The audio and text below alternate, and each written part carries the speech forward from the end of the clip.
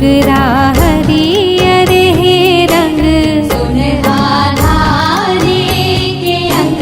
डुगरा हरियर हे रंग तोरे बोली हवे सुघर बेला अचरा तोरे डुलावे पुरवैया महु पावे परो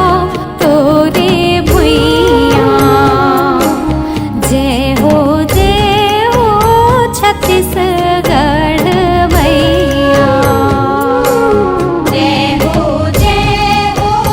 छत्तीसगढ़ मैया जय हो छत्तीसगढ़ मैया।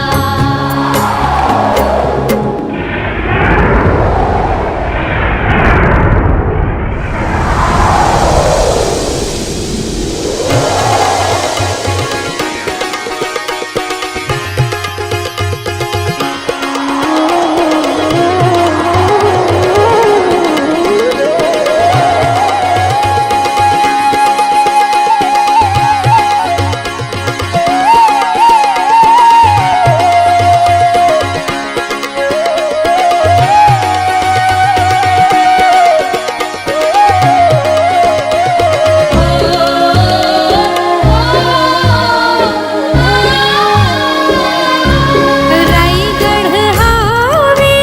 सुघर तोरे मौरे मुकुट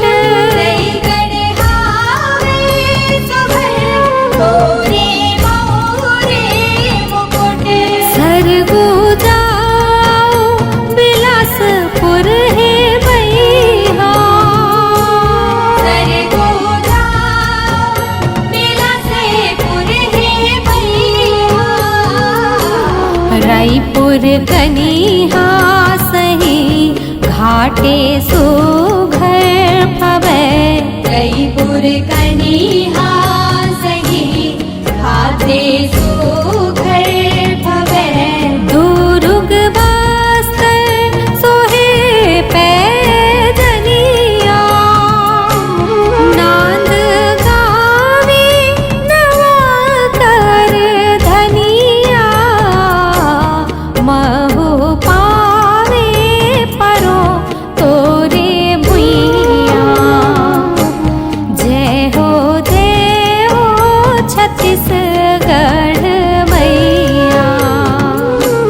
जय हो छत्तीसगढ़ मैया जय